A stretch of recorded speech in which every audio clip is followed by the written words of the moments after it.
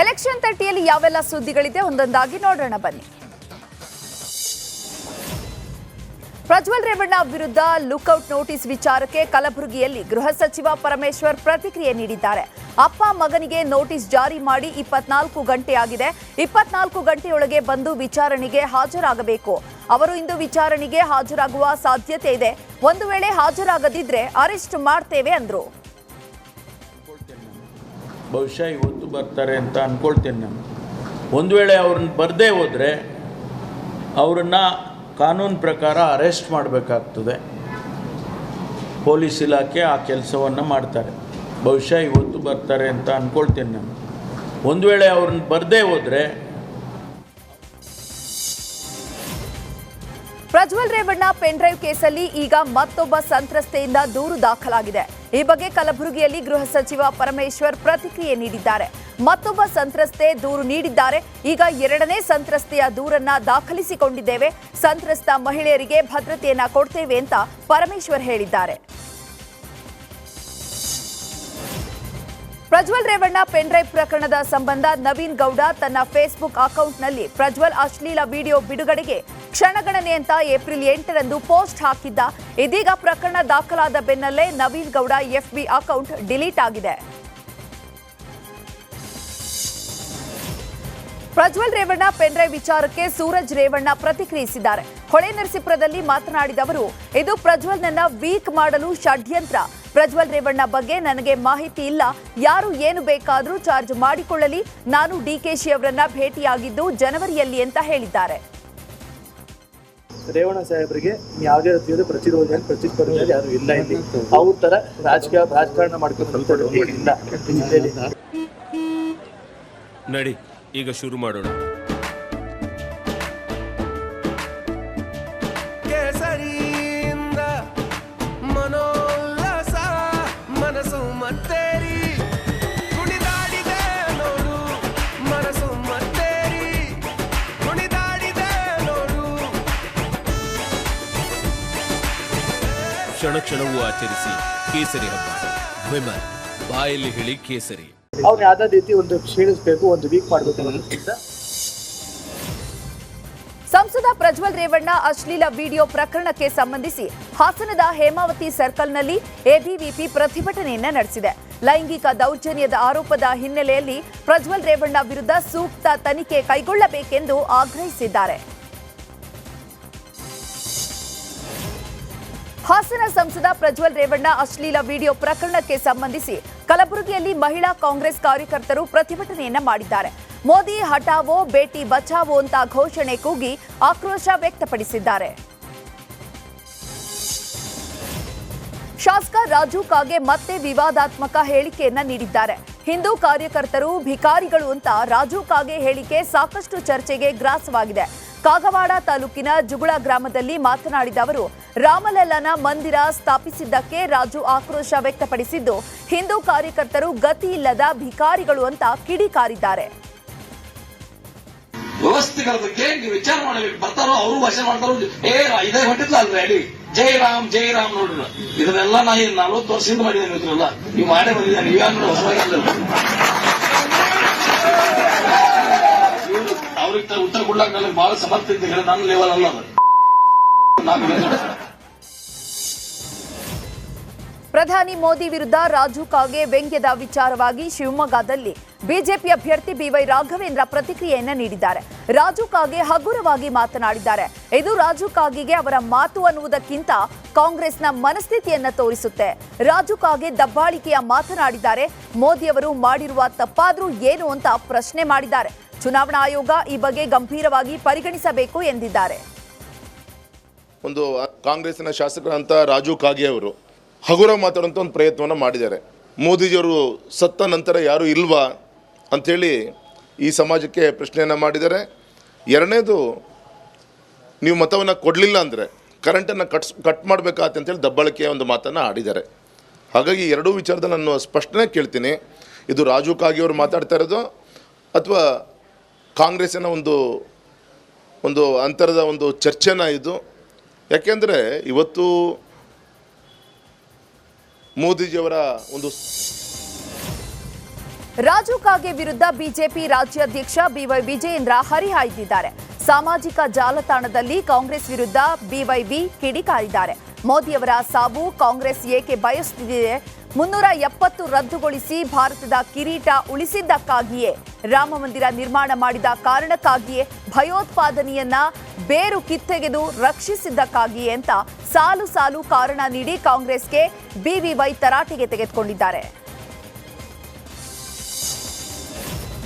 Bagalkot BJP ಅಭ್ಯರ್ಥಿ PC Gaddigoudar ಪರ Tamil Nadu BJP ರಾಜ್ಯಾಧ್ಯಕ್ಷ ಅಣ್ಣಾಮಲೈ ಪ್ರಚಾರ ಮಾಡಿದ್ದಾರೆ.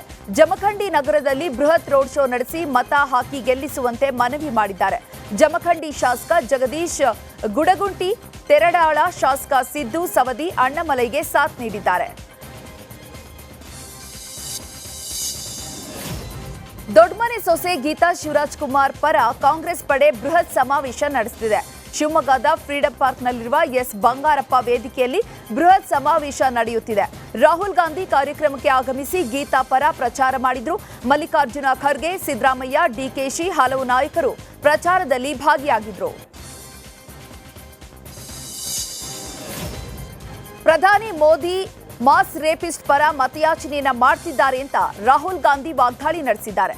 ಶಿವಮೊಗ್ಗದಲ್ಲಿ ಮಾತನಾಡಿದ ಅವರು, ಪ್ರಜ್ವಲ್ 400 ಮಹಿಳೆಯರ ರೇಪ್ ಮಾಡಿದ್ದಾರೆ. ಇದು ಸೆಕ್ಸ್ ಸ್ಕ್ಯಾಂಡಲ್ ಅಲ್ಲ, ರೇಪ್. ಪ್ರಧಾನಿಗಳು ರೇಪಿಸ್ಟ್ನ ರಕ್ಷಣೆಗೆ ಮಾಡ್ತಿದ್ದಾರೆ. ಇದು ಕರ್ನಾಟಕದ ಮಹಿಳೆಯರಿಗೆ ಗೊತ್ತಾಗಬೇಕಿದೆ. ಪ್ರಧಾನಿ ಶಾ ಮಹಿಳೆಯರ ಕ್ಷಮೆಯನ್ನ ಕೇಳಬೇಕು ಎಂದಿದ್ದಾರೆ. ಕಾಂಗ್ರೆಸ್ ಓಟ್ ಜಿಹಾದ್ ಮಾಡುತ್ತಿದೆ ಅಂತ ಪ್ರಧಾನಿ ಮೋದಿ ವಾಗ್ದಾಳಿ ನಡೆಸಿದ್ದಾರೆ. ಗುಜರಾತ್ನಲ್ಲಿ ಮಾತನಾಡಿದ ಅವರು, ಲವ್ ಜಿಹಾದ್, ಲ್ಯಾಂಡ್ ಜಿಹಾದ್ ಅನ್ನ ಕೇಳಿದ್ದೇವೆ, ಆದ್ರೆ ಈಗ ಕಾಂಗ್ರೆಸ್ ಓಟ್ ಜಿಹಾದ್ ಮಾಡ್ತಾ ಇದೆ. ಮುಸ್ಲಿಮರು ಕಾಂಗ್ರೆಸ್ಗೆ ಮಾತ್ರ ಓಟ್ ಹಾಕ್ಬೇಕಂತೆ. ಎಲ್ಲಾ ಮುಸ್ಲಿಮರು ಒಂದಾಗಿ ಓಟ್ ಮಾಡಲು ಇಂಡಿ ಕರೆ ನೀಡಿದೆ. ಈ ಒಂದು ಓಟ್ ಜಿಹಾದ್ ಕೂಡ ಕಾಂಗ್ರೆಸ್ ತುಷ್ಟೀಕರಣ ಮಾಡ್ತಾ ಇದೆ ಅಂತ ಕಿಡಿಕಾರಿದ್ದಾರೆ. ಲೋಕ ಪ್ರಚಾರದ ಅಖಾಡದಲ್ಲಿ ಮತ್ತೆ ಪಾಕ್ ಪ್ರಸ್ತಾಪ ಆಗಿದೆ. ರಾಹುಲ್ ಆನ್ ಫೈರ್ ಮತ್ತು ಟ್ವೀಟ್ ಮಾಡಿರುವ ಪಾಕ್ ನಾಯಕನಿಗೆ ಮೋದಿ ತಿರುಗೇಟು ಕೊಟ್ಟಿದ್ದಾರೆ. ಕಾಂಗ್ರೆಸ್ ಸಾಯ್ತಿದೆ, ಪಾಕಿಸ್ತಾನ ಅಳುತ್ತಿದೆ, ರಾಹುಲ್ ಪ್ರಧಾನಿ ಮಾಡಲು ಪಾಕ್ ಯತ್ನಿಸುತ್ತಿದೆ ಅಂತ ಚುನಾವಣಾ ರ್ಯಾಲಿಯಲ್ಲಿ ಕಾಂಗ್ರೆಸ್ ಹಾಗೂ ಪಾಕ್ಗೆ ಮೋದಿ ಟಾಂಗ್ ಕೊಟ್ಟಿದ್ದಾರೆ. ಕಾಂಗ್ರೆಸ್ ಅಭ್ಯರ್ಥಿ ಗಡ್ಡದೇವರ ಮಠ ಗೆಲುವಿಗಾಗಿ ಅಭಿಮಾನಿಯೊಬ್ಬರು ದೀಡ್ ನಮಸ್ಕಾರ ಹಾಕಿದ್ದಾರೆ. ಗದಗ ಹಾವೇರಿ ಕಾಂಗ್ರೆಸ್ ಅಭ್ಯರ್ಥಿ ಆನಂದಸ್ವಾಮಿ ಗಡ್ಡದೇವರ ಮಠ ಪರವಾಗಿ ಬೆನ್ನಿನ ಮೇಲೆ ಕೊಡ ಹೊತ್ತು ದೀರ್ಘ ದಂಡ ನಮಸ್ಕಾರವನ್ನ ಹಾಕಿದ್ದಾರೆ. ಗದಗ ರಾಂಪುರ ಗ್ರಾಮದ ವೀರನಗೌಡ ಪಾಟೀಲ್ ಎಪಿಎಂಸಿ ಗೇಟ್ನಿಂದ ಪುಟ್ಟರಾಜ ಗವಾಯಿಗಳ ಗದ್ದುಗೆಯವರೆಗೆ ನಮಸ್ಕಾರ ಹಾಕಿದ್ದಾರೆ. ಕಾಂಗ್ರೆಸ್ ಶಾಸಕ ವಿನಯ್ ಕುಲಕರ್ಣಿ ಮತ್ತೆ ವಿವಾದಾತ್ಮಕ ಹೇಳಿಕೆಯನ್ನ ಕೊಟ್ಟಿದ್ದಾರೆ. ಬಿಜೆಪಿಯಲ್ಲಿರುವ ಲಿಂಗಾಯತರು ಮೂರ್ಖರ, ಪ್ರಹ್ಲಾದ್ ಜೋಶಿ ಬೆಂಬಲಿಸೋರು ಮೂರ್ಖರ ಅಂತ ಪ್ರಶ್ನಿಸುವ ಮೂಲಕ ಜೋಶಿ ಮತ್ತು ಬಿಜೆಪಿ ಬೆಂಬಲಿಸೋ ಮೂರ್ಖರಂತೆ ಅಂತ ಹೇಳಿದ್ದಾರೆ. ಲಿಂಗಾಯತರಿಗೆ ಕೂಡ ಅರ್ಥ ಆಗೈತಿ, ಲಿಂಗಾಯತರನ್ನ ಏನು ಉದ್ಧಾರ ಮಾಡಂಗಿಲ್ಲ ಜೋಶಿ ಅವರು. ಯಾವ ಲಿಂಗಾಯತರು ಯಾರು ಇದ್ರು ಅವ್ರು ಮೂರ್ಖರು, ಅವ್ರು ಲಿಂಗಾಯತರಲ್ಲಿ ಇದ್ದಂಥವ್ರು. ಇವತ್ತ ನೋಡ್ರಿ, ನಾವು ಬಸವಣ್ಣನ ತತ್ವ ಸಿದ್ಧಾಂತದ ಮೇಲೆ ಬದುಕೋರು. ನಾವು ಎಲ್ಲ ಸಮಾಜಗಳನ್ನ ಸಮಾನಾಯ ಕಾಣುವಂಥದ್ದು ಧರ್ಮ ನಮ್ಮ ಸಣ್ಣವರಿದ್ದಾಗಿಂದ ಕಲಿಸಿದ್ದದನ್ನ. ಅಲ್ಲಿ ಆಗುವಂಥದ್ದು ಅದ್ರ ವಿರುದ್ಧ ಕೆಲಸ, ಅಲ್ಲಿ ನಡೆಯಕತ್ತಿದ್ದು ಅದ್ರ ವಿರುದ್ಧ ಕೆಲಸ. ಬಟ್ ಈ ವಿಚಾರನ ದಯವಿಟ್ಟು ಸಮಾಜಕ್ಕೆ ಕೂಡ ವಿನಂತಿ ಮಾಡ್ಕೊಳ್ತೇನೆ, ತಮ್ಮ ಮುಖಾಂತರ ಸಮಾಜಕ್ಕೆ ಕೂಡ ವಿನಂತಿ ಮಾಡ್ಕೊತೇನೆ. ಫಸ್ಟ್ ಇಂಥವ್ರು ಕಿತ್ತಾಕುವಂಥ ಕೆಲಸ ಮಾಡಿದ್ರೆ ಅವತ್ತು ನಮ್ಮ ಸಮಾಜ. ಶ್ರೀರಾಮುಲು ಅವರು 2 ಲಕ್ಷ ಮತಗಳ ಅಂತರದಿಂದ ಗೆದ್ದು ಮೋದಿ ಪಕ್ಕದಲ್ಲಿ ಕೂಡಲಿದ್ದಾರೆ ಅಂತ ಬಿಎಸ್ ಯಡಿಯೂರಪ್ಪ ಪ್ರತಿಕ್ರಿಯಿಸಿದ್ದಾರೆ. ರಾಜ್ಯದಲ್ಲಿ 28 ಕ್ಷೇತ್ರದಲ್ಲಿ ಗೆಲ್ಲುತ್ತೇವೆ ಎನ್ನುವ ವಿಶ್ವಾಸ ನನಗಿದೆ. ರಾಜ್ಯದಲ್ಲಿ ಸುತ್ತಾಡಿದ್ದೇವೆ, ನಿರೀಕ್ಷೆ ಮೀರಿ ವಾತಾವರಣ ಚೆನ್ನಾಗಿದೆ. ಮೋದಿ ಮೋದಿ ಎನ್ನುತ್ತಿದ್ದಾರೆ. ಜಗತ್ತಿನ ಎಲ್ಲ ನಾಯಕರ ಗಮನ ನಮ್ಮ ಲೋಕಸಭೆಯ ಚುನಾವಣೆಯ ಮೇಲಿದೆ. ಮೋದಿ 400ಕ್ಕೂ ಹೆಚ್ಚು ಸೀಟುಗಳನ್ನು ಗೆಲ್ಲಲಿದ್ದು ರಾಜ್ಯದ 28 ಕ್ಷೇತ್ರದಲ್ಲಿ ಗೆದ್ದು ಕೊಡುಗೆಯನ್ನ ನೀಡ್ತೇವೆ ಅಂತ ಹೇಳಿದ್ದಾರೆ. ಅದೇ ರೀತಿ ಕರ್ನಾಟಕ ನನಗೆ ವಿಶ್ವಾಸ ಇದೆ, ಶ್ರೀರಾಮುಲು ಅವರು 2.5-3 ಲಕ್ಷಕ್ಕೂ ಹೆಚ್ಚಿನ ಅಂತರದಲ್ಲಿ ಲೋಕಸಭೆಗೆ ಆಯ್ಕೆಯಾಗಿ ಹೋಗಿ ಮೋದಿಜಿಯವರ ಪಕ್ಕದಲ್ಲಿ ಕುಂತ್ಕೊಂತಾರೆ ಅನ್ನೋ ವಿಶ್ವಾಸ ಇದೆ. ಸಂಸದ ಪ್ರಜ್ವಲ್ ರೇವಣ್ಣ ಅಶ್ಲೀಲ ವಿಡಿಯೋ ಪ್ರಕರಣದ ವಿಚಾರಕ್ಕೆ ಬಿಎಸ್ ಯಡಿಯೂರಪ್ಪ ಪ್ರತಿಕ್ರಿಯೆಯನ್ನು ನೀಡಿದ್ದಾರೆ. ಪ್ರಕರಣದ ಸತ್ಯಾಸತ್ಯತೆ ಏನು ಅಂತ ಗೊತ್ತಾಗಬೇಕು. ಪ್ರಕರಣಕ್ಕೂ ಚುನಾವಣೆಗೂ ಏನು ಸಂಬಂಧ ಇಲ್ಲ. ಸಿದ್ದರಾಮಯ್ಯ ಏನು ಪತ್ರ ಬೇಕಾದರೂ ಬರೆಯಲಿ, ಕಾನೂನು ಚೌಕಟ್ಟಿನಲ್ಲಿ ಏನು ಮಾಡಬೇಕು ಮಾಡ್ತಾರೆ. ಅವರು ವಿದೇಶಕ್ಕೆ ಹೋಗಿದ್ದಾರೆ, ಬಂದ ಮೇಲೆ ವಿಚಾರಣೆಗೆ ಹೋಗ್ತಾರೆ ಎಂದಿದ್ದಾರೆ. ನೆಹರು ಓಲೇಕರ್ ಕಾಂಗ್ರೆಸ್ ಸೇರ್ಪಡೆ ವಿಚಾರವಾಗಿ ಏಕೆ ಹೋಗ್ತಾರೆ ಯಾಕೆ ಬರ್ತಾರೆ ಗೊತ್ತಿಲ್ಲ ಅಂತ ಬಿಎಸ್ ಯಡಿಯೂರಪ್ಪ ರಿಯಾಕ್ಟ್ ಮಾಡಿದ್ದಾರೆ. ನನ್ನ ಬಗ್ಗೆ ಮಾತನಾಡಿದವರು ಯಾಕೆ ರಾಜಕೀಯ ಪಕ್ಷಾಂತರ ಮಾಡ್ತಾರೆ ಎನ್ನುವುದು ಅವರಿಗೆ ಬಿಟ್ಟಿದ್ದು. ದಲಿತ, ಹಿಂದುಳಿದ ಎಲ್ಲಾ ಸಮುದಾಯದ ಬಂಧುಗಳು ಬಿಜೆಪಿ ಪರವಾಗಿದ್ದಾರೆ. ಅವರೆಲ್ಲ ಸಮಾಜದಿಂದ ಅಧಿಕಾರಕ್ಕೆ ಬರುತ್ತೇವೆ ಹೊರತು ಕೇವಲ ವೀರಶೈವ ಸಮಾಜದಿಂದ ಅಲ್ಲ. ವೀರಶೈವ ಸಮಾಜ 80% ಭಾಗ ನಮಗೆ ಬೆಂಬಲವನ್ನ ಕೊಟ್ಟೇ ಕೊಡ್ತಾರೆ ಅಂತ ಹೇಳಿದ್ದಾರೆ. ನಾಳೆ ದಾವಣಗೆರೆ ಬಿಜೆಪಿ ಅಭ್ಯರ್ಥಿ ಗಾಯತ್ರಿ ಸಿದ್ದೇಶ್ವರ್ ಪರ ಮೈಸೂರಿನ ಯದುವೀರ್ ಒಡೆಯರ್ ಮತಯಾಚನೆಯನ್ನ ಮಾಡಲಿದ್ದಾರೆ. ಕಾಂಗ್ರೆಸ್ನ ಭದ್ರ ಕೋಟೆಯಾಗಿರುವ ದಾವಣಗೆರೆಯಲ್ಲಿ ಯದುವೀರ್ ಬೃಹತ್ ರೋಡ್ ಶೋ ನಡೆಸಲಿದ್ದಾರೆ. ಜಿಲ್ಲೆಯ ಉತ್ತರ ಮತ್ತು ದಕ್ಷಿಣ ಕ್ಷೇತ್ರಗಳಲ್ಲಿ ಅದ್ದೂರಿ ರೋಡ್ ಶೋ ನಡೆಸಲಿದ್ದು ಸಂಸದ ಜಿಎಂ ಸಿದ್ದೇಶ್ವರ್ ಮತ್ತು ಬಿಜೆಪಿ ನಾಯಕರು ಸಾಥ್ ನೀಡಲಿದ್ದಾರೆ.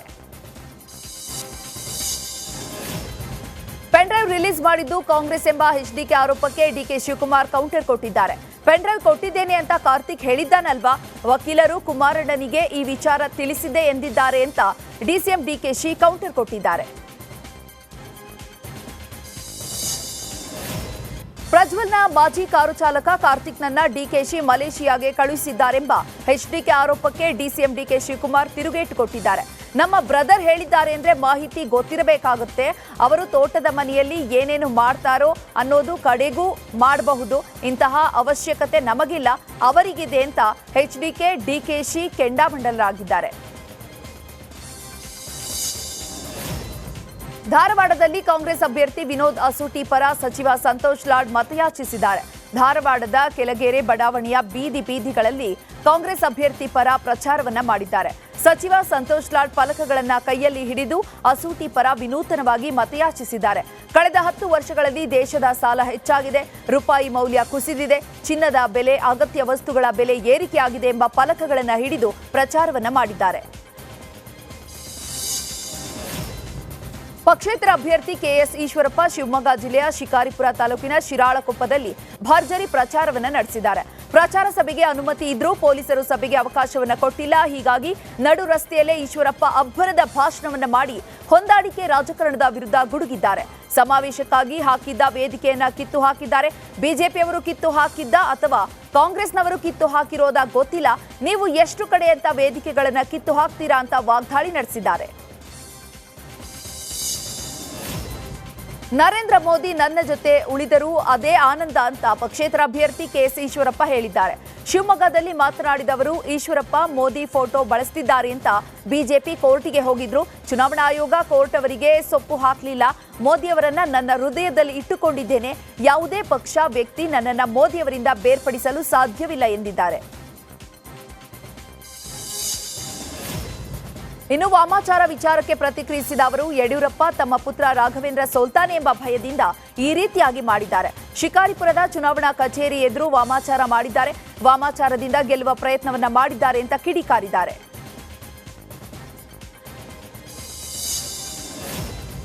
ಮೈಸೂರು ಕೊಡಗು ಲೋಕಸಭಾ ಕ್ಷೇತ್ರದ ಕಾಂಗ್ರೆಸ್ ಅಭ್ಯರ್ಥಿ ಎಂ ಲಕ್ಷ್ಮಣ್ ಗೆಲುವಿಗಾಗಿ ಮುಸ್ಲಿಂ ಮುಖಂಡರು ದೇವರ ಮೊರೆ ಹೋಗಿದ್ದಾರೆ. ಮೈಸೂರಿನಿಂದ ರಾಜಸ್ಥಾನಕ್ಕೆ 50ಕ್ಕೂ ಹೆಚ್ಚು ಮುಸ್ಲಿಂ ಮುಖಂಡರು, ಮಹಿಳೆಯರು ತೆರಳಿದ್ದು ರಾಜಸ್ಥಾನದ ಅಜ್ಮೀರ್ ಶರೀಫ್ನಲ್ಲಿ ಎಂ ಲಕ್ಷ್ಮಣ್ ಗೆಲುವು ಸಾಧಿಸಲಿ ಅಂತ ಪ್ರಾರ್ಥನೆಯನ್ನ ಸಲ್ಲಿಸಿದ್ದಾರೆ. ಜೊತೆಗೆ ರಾಜ್ಯದಲ್ಲಿ ಉತ್ತಮ ಮಳೆಯಾಗಲಿ ಅಂತ ದೇವರ ಬಳಿ ಪ್ರಾರ್ಥಿಸಿದ್ದಾರೆ. ಮಾಜಿ ಮುಖ್ಯಮಂತ್ರಿ ಬಂಗಾರಪ್ಪ ಅವರಿಗೆ ಆಶ್ರಯ ಕೊಡಲಾಗದ ಕುಮಾರ್ ಬಂಗಾರಪ್ಪ ಸ್ವಂತ ತಂದೆಯನ್ನ ಮನೆಯಿಂದ ಹೊರದೂಡಿದ್ರು. ಇಂಥವರಿಂದ ನೀತಿ ಪಾಠದ ಅವಶ್ಯಕತೆ ನನಗಿಲ್ಲ ಅಂತ ಸಾಗರ ಕ್ಷೇತ್ರದ ಶಾಸಕ ಗೋಪಾಲಕೃಷ್ಣ ಬೇಳೂರು ವಾಗ್ದಾಳಿ ನಡೆಸಿದ್ದಾರೆ. ಸಾಗರ ತಾಲೂಕಿನ ಆವಿನಹಳ್ಳಿಯಲ್ಲಿ ಗೀತಾ ಶಿವರಾಜ್ ಕುಮಾರ್ ಪರ ಮತಯಾಚನೆ ಸಭೆಯಲ್ಲಿ ಕುಮಾರ್ ಬಂಗಾರಪ್ಪ ವಿರುದ್ಧ ಗುಡುಗಿದ್ದಾರೆ. ಪ್ರಜ್ವಲ್ ಅಶ್ಲೀಲ ವಿಡಿಯೋ ಬಗ್ಗೆ ಅಣ್ಣಾಮಲೈ ಫಸ್ಟ್ ರಿಯಾಕ್ಷನ್ ಕೊಟ್ಟಿದ್ದಾರೆ. ಬಾಗಲಕೋಟೆಯಲ್ಲಿ ಮಾತನಾಡಿದ ಅವರು, ಪ್ರಜ್ವಲ್ ವಿಡಿಯೋ ಬಗ್ಗೆ ಅಮಿತ್ ಶಾ ಉತ್ತರವನ್ನ ಕೊಟ್ಟಿದ್ದಾರೆ. ಎಸ್ಐಟಿ ಕಾಂಗ್ರೆಸ್ ಸರ್ಕಾರದ ಕಂಟ್ರೋಲ್ನಲ್ಲಿದೆ. ರಾಜ್ಯ ಕಾಂಗ್ರೆಸ್ ಸರ್ಕಾರವೇ ಕ್ರಮ ಕೈಗೊಳ್ಳಬೇಕು. ತನಿಖೆಗೆ ಯಾರು ಅಡ್ಡಿಪಡಿಸುವುದಿಲ್ಲ ಅಂತ ಹೇಳಿದ್ದಾರೆ. ಶಿವಮೊಗ್ಗಗೆ ಖರ್ಗೆ ರಾಹುಲ್ ಗಾಂಧಿ ಆಗಮನದ ವಿಚಾರಕ್ಕೆ ಈಶ್ವರಪ್ಪ ಪ್ರತಿಕ್ರಿಯೆಯನ್ನು ನೀಡಿದ್ದಾರೆ. ಶಿವಮೊಗ್ಗದಲ್ಲಿ ಮಾತನಾಡಿದ ಅವರು, ಶಿವಮೊಗ್ಗಗೆ ಖರ್ಗೆ ರಾಹುಲ್ ಆಗಮಿಸುತ್ತಿದ್ದಾರೆ. ಆದರೆ ಕೈ ಕಾರ್ಯಕರ್ತರಲ್ಲಿ ಉತ್ಸಾಹ ಇಲ್ಲ. ರಾಹುಲ್ ಗಾಂಧಿ ಎಲ್ಲೆಲ್ಲಿ ಹೋಗ್ತಾರೋ ಅಲ್ಲಲ್ಲಿ ಕಾಂಗ್ರೆಸ್ ಸೋಲ್ತಾ ಇದೆ. ಹೀಗಾಗಿ ರಾಹುಲ್ ಗಾಂಧಿ ಶಿವಮೊಗ್ಗಗೆ ಬರಬೇಕು ಅಂತ ಹೇಳಿದ್ದಾರೆ.